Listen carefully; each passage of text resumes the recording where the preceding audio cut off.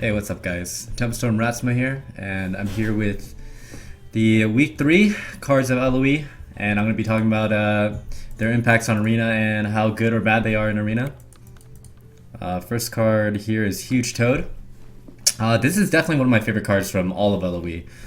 You get a lot of generic 2-drops in Arena, and you're kind of forced into drafting a good curve, and so you always pick up 2/3s, 3/2s. This is very much like the Flame Juggler, which is a 2/3 with the battle cry of deal 1 damage to a random enemy, but instead of it being a battle cry, on this card it is a death rattle. And I think in a lot of cases this is a lot better than the Flame Juggler. If you think about it, if your opponent is removing it, it leaves a problem very similar to your opponent removing a Shredder, where it's kind of unpredictable what the result will be.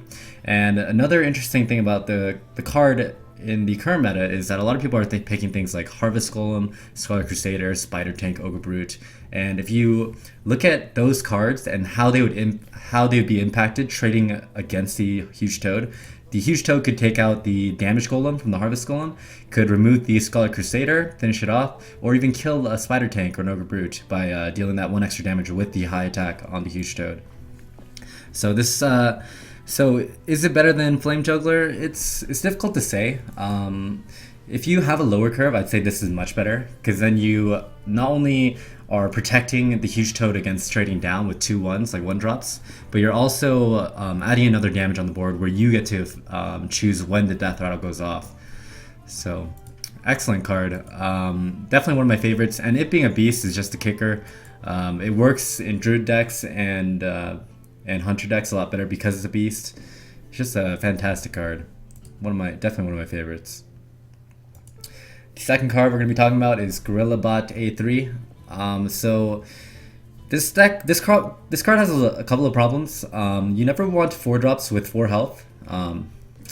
It's in that weak spot of being weak to a lot of removal. It dies to Flame Strike, dies to True Silver, Deathbite, Flame Cannon, a lot of Shadow Bolt. A lot of things deal 4 damage. It's very easy to deal 4 damage with spells. And also, if you think about other 4-drops that would be played against Gorilla Bot, you're playing against Yetis, Shredders, they all kill it in 1 hit, and oftentimes Gorillabot does not even deal with their 4-drop.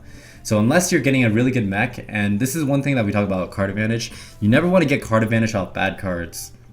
Things like Gnomish Inventor are kind of bad because they do give you that card, but what you're doing for that card is losing the body of the Gnomish Inventor. So if you're losing that 2/4 for free and you're getting a card back, it's pretty much like you skip 4 mana. And you keep the same amount of cards for what? You dealt 2 damage to their minion, which very often won't matter, especially if you're playing on curve. Your 5-drop may or may not kill your opponent's guy in 1 hit anyways, regardless of the 2 damage or 3 damage from Gorillabot. So this card definitely has a lot of problems, but I think if you have a lot of mechs, you could get good use out of it. And this is definitely more of a snowbally card, very much like the Huge Toad. If you have a lower curve, it's a lot better. If you are playing more of a control deck and you're kind of reacting to your opponent's plays, this is not the card that you want in your deck. So, anything can happen. So, I haven't had the chance to play this card yet, but you can imagine that this card has a lot of problems. Unless you end up getting a lot of Murloc Knights, and this is a Paladin only card. Unless you get like a lot of Murloc Knights and a lot of Murloc synergy, I don't think it'll be a very strong card. It's very hard to force these kind of like clan synergies into your arena deck. So, but I think definitely if you're playing more for fun and you're trying to have a good time just drafting Murlocs, then yeah, sure, why not? But for a serious deck where you're trying to maybe get your gold back or you're trying to farm gold, probably not the best option. I'll rate it as being pretty bad. And one thing to think about whenever you're drafting is what kind of class am I playing? What kind of deck am I playing? Paladins generally need some kind of board control. That way they can get good use out of their buffs, their Blessing of Kings, Arch Protectors, whatever it may be. So having a slow card that costs 10 and doesn't actually give you initiative to trade, but gives your opponent the initiative to move with AoE or trade themselves is not generally a good game plan for Paladin. Murloc Tiny Fin. This is a common neutral card. Just a straight upgrade from Wisp. That power creep. Generally, you don't you don't really pick cards like these. People often regard Wisp as being one of the worst cards in Arena, and it's pretty close to being one of the worst, I would say. If you're playing a class with a lot of buffs, things like Velens and Priest with a bunch of powered shields, whatever it may be, or like a Druid deck with a bunch of Mark of Natures, Mark of the Wilds, or even Power of the Wilds, or a Paladin deck with a lot of buffs, then maybe you can justify this pick, but you would need a lot of buffs to pick Wisp or Murloc Tiny Fin. Okay. Pit Snake. So for the stats, 1-mana 2/1s are often not bad, and especially in Rogue, and this is a Rogue only card, you're playing a class that needs to combo things out. Shadow Pan Rider is a very expensive combo. There's a lot of other hard to access combo cards. SI7, Perdition's Blade, Tinker, Sharp Sword Oil, whatever it may be. And so you do want to pick some low cost cards in Rogue so you can activate those combos. But Pit Snake seems to be not as good as it could be. A lot of people are playing ping classes, so the Pit Snake often is a high priority target to remove, and they will have an option to remove it. So if you're kind of losing a card for free in half your matchups against these ping classes, you're not going to be very successful in Arena. Having said that, I think it's a lot better than a lot of the other like a lot of cards in Arena, since you are often drafting against 3 mediocre or 3 not so good cards. So you can't say for certain that this will never be the right pick, but in your draft, just make sure that you realize that this is very vulnerable to 1 damage hero powers. And it does have its place. Against non-ping classes, this can be a huge nightmare where you just control the game from the start, especially if you think about Rogue. You have a lot of removal in the Rogue class. Things like Deadly Poison, Backstab, Goblin, Autobarber help you control the board and protect something like a Pit Snake. And the Pit Snake can eventually trade up very well, and then you'll be at a, kind of an unbreakable tempo lead at that point. So it does have its place, but probably not a high priority pick. Naga See. This is an epic neutral card. You can pick this in any class. And one thing that we want to talk about first is the place of epic cards in Arena. Epic cards are generally the worst. I think on average the epic card is worse than common cards. And that is because there are so many bad epics to choose from. You often end up with things like Hungry Crab or Doomsayer, or a bunch of like useless giants like the Molten, the Mountain, the Clockwork Giant. There's a lot of really bad epic cards. So comparing Naga See to those, it's pretty good. Obviously, the stat line in this card, it kills 4-drops for free if you think about Senjins and Yetis and Violet Teachers, whatever. So if you're playing a class that doesn't have ping, this is a little bit better, because then you don't need that extra ping where if you have like a Spectral Knight or a Spiteful Smith, you would have to use your hero power to help remove a 4-drop. So it does have that usefulness. So a little bit better in non-ping classes, but very easy to remove, somewhat kind of low health, and the card's effect, which we haven't talked about yet, is not that useful. Very often 5 will be a very expensive card, and most of your cards on average, and this is how I draft my decks, I would draft 2/3 of my deck 4 costs or lower. And if you have Naga See, you're making most of your deck more expensive, and it's very hard to combo this out with another, let's say that you're playing Druid and you want to play Ironbark with it. You have to wait until turn 10 to activate that combo. And what is the upside? You get a 5/5 instead of a 2-drop, which would be a 3/2, 2/3. You're gaining 7 cards for having 2 dead cards in your hand. So it's a very, very hard card to play. But still, once again, we gotta look at it within the parameters where it's set in, and just realize that epic cards are kind of bad. So I would say that this could be a viable pick quite often, actually. Next card, Druid only card. This is a Druid rare, Jungle Moonkin. And Druid has a lot of really good rares. Think about Keep of the Grove, Savage Combatant, Starfall. There's one more key card I'm thinking of that I'm blanking on right now. But Druid has a lot of good rares. And if you don't have any of the good rares, Volcanic Lumber. Volcanic Lumber was the other one. If you don't have any of those, and it's all like really bad rares, And very much unlike the Naga See Witch, rare cards are generally the best, even better than legendaries, I would say. Like a 30 legendary or 30 random or rare draft versus a 30 random legendary draft. The 30 random rare draft would be so much better and kind of overpowered compared to the 30 random legendary draft. So considering that, you're getting a 4 mana 4/4, which we already talked about is very weak to removal. When we talked about this card right here. Very weak to removal, very easy to remove with things like True Silver, Shadow Bolt, Flame Strike, whatever it may be. And not only that, you're giving spell damage to your opponent as well. So if you have cheap removal, things like Wrath or Living Roots, then I'd say this card is a little bit better. Maybe a Moonfire. But unless your deck is kind of made to combo with this card, I would say that you want to probably stay away from it, and you probably will have a better option as a rare, since there are a lot of excellent rares out there. Wild Pyros, Knife Jugglers, Kodos, Sunwalkers, Belchers, whatever it may be. Okay. Sir Finley Murkelton. This is the 1-drop legendary release, and I do like the design of the card.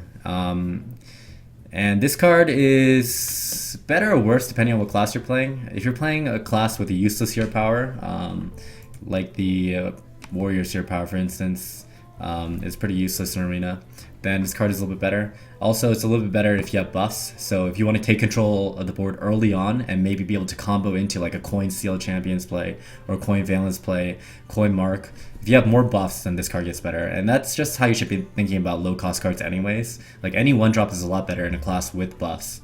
So you want to think about it that way. And this really depends on what other legendaries are drafted or are offered. If it's up against like a Ragnaros, then in most classes and most decks, I probably wouldn't even consider Sir Finley because the impact is so low compared to something like a Ragnaros. So keeping that in mind. It's an okay card. It's an okay card. Just keep in mind you don't want to think of it as being too good. Ooh, sorry about that. You don't want to overvalue it. Dart Trap is our next card. It's a hunter only card. I have mixed feelings about this card. I think it's hard to recognize when you have a good deck for Dart Trap. 2 mana for 5 damage is a great deal, but what you always are trying to do with Hunter and is trying to control the early game and beat your opponent in the mid game. You're trying to have your win condition a lot sooner than normal decks win conditions because your hero power is so aggressive and it doesn't do anything for board control, so you need your hero power to be an asset instead of a liability. And to do that, you need to have complete board dominance in the mid game, and also your opponent should be taking a lot of face damage by that point. If you think about how your opponent activates Dart Trap, in the early game they ping up until turn 4. They're not going to be pinging until, or they're not going to be using their hero power until they have something on board. Because on turn 3, it's not very often that you see a 1-drop and a hero power. So oftentimes Dart Trap will just go directly to the face. And in the mid or late game, it's very unpredictable to see where Dart Trap would hit. But having said that, you're looking for small stat point edges as well. And this is how you get your dominant early and mid game as Hunter. Being able to deal 5 damage with 2 mana can be very good, but once again, we have that problem of not being able to control where it lands. It's a really difficult card to gauge, but I think in the end, if your opponent here does hero power, instead of dealing 5 damage to their face, you'd rather push board presence, so you'd rather play like any other 2-drop. Like you'd rather have a 2/3 on board, a 3/2 on board that could hit more than one time, which ends up with it doing more than 5 damage or equal to 5 damage or close to 5 damage, but you also keep that minion on board. So that's another thing that your opponent has to deal with before they start to stabilize stabilize the game. So I would say this is slightly below average, but you definitely can maybe you can find a deck or a draft where this card would work really well. And every fin is awesome. This is a Shaman rare card, and this is an interesting card. Oftentimes you'll have a hard time building a board as Shaman. AoE is picked at a premium in Arena, and being able to mass up a board of totems, you know, and that's what usually how you use this card is you're gonna have to mass up a board of totems. But also, if you're in the lead by that much, there are a lot of other cards that can get good use out of your totems without being such a dead card in your hand for the early and mid game stages of the game. Not to mention how hard it is to get Murlocs energies in Shaman. You're not playing a class like Paladin where you get a really good class card that you would pick in Murloc Knight to get more Murlocs in. So it's very hard to get the discount, the cost discount on the card. And like I said, if you have things like Bloodlust or even a Flame Tongue Totem, that would work a lot better than Every Fin is awesome. So kind of a bad card, and the rare slot is extremely valuable. So I would say very often this card is not going to be the right pick. Pretty much it. You're kind of with this card, you're kind of playing in a way where you already won and you're trying to win more. It's a win more card, and if you already can build a board as Shaman, that means you have complete board control. It's just a matter of time until you draw into another card like Bloodlust or Flame Tongue to finish out the game instead of something as situational as Every Fin is awesome. So, Entomb is the last card that we'll be talking about. This is the priest only card. Very similar, you can compare it to Shadow Word Death, but it's a lot less lot less situational than Shadow Word Death, in that it can target anything, and it also does not trigger death rattles. That's a very important part of this card, is that it does not trigger death rattles. And if you think about how you use this card, Priest does struggle with mana problems, because if you're not ahead as Priest, you're not using your hero power effectively. There's nothing to heal if your opponent keeps trading into your minions and you don't have anything to attack with.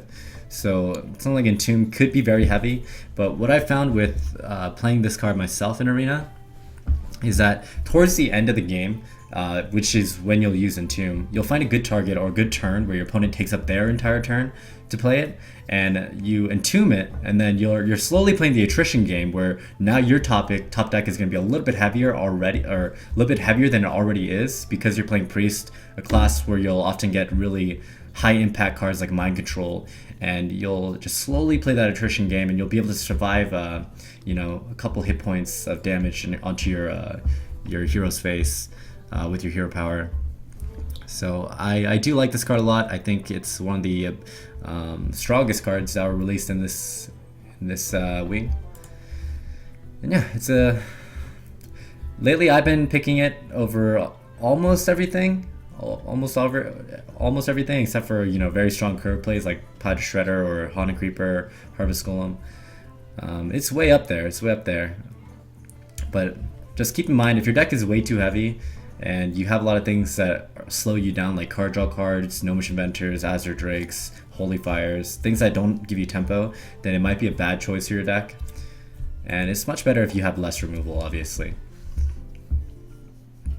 So yeah, that concludes our Wing 3 release of LoE, and I will be coming out with Wing 4 next week, guys. Thanks for watching, and once again, I'm Tempo Storm Ratsmah, and you can check out my live stream at twitch.tv/Ratsmah, my YouTube at twitch.tv/RatsmahTV, or youtube.com/RatsmahTV.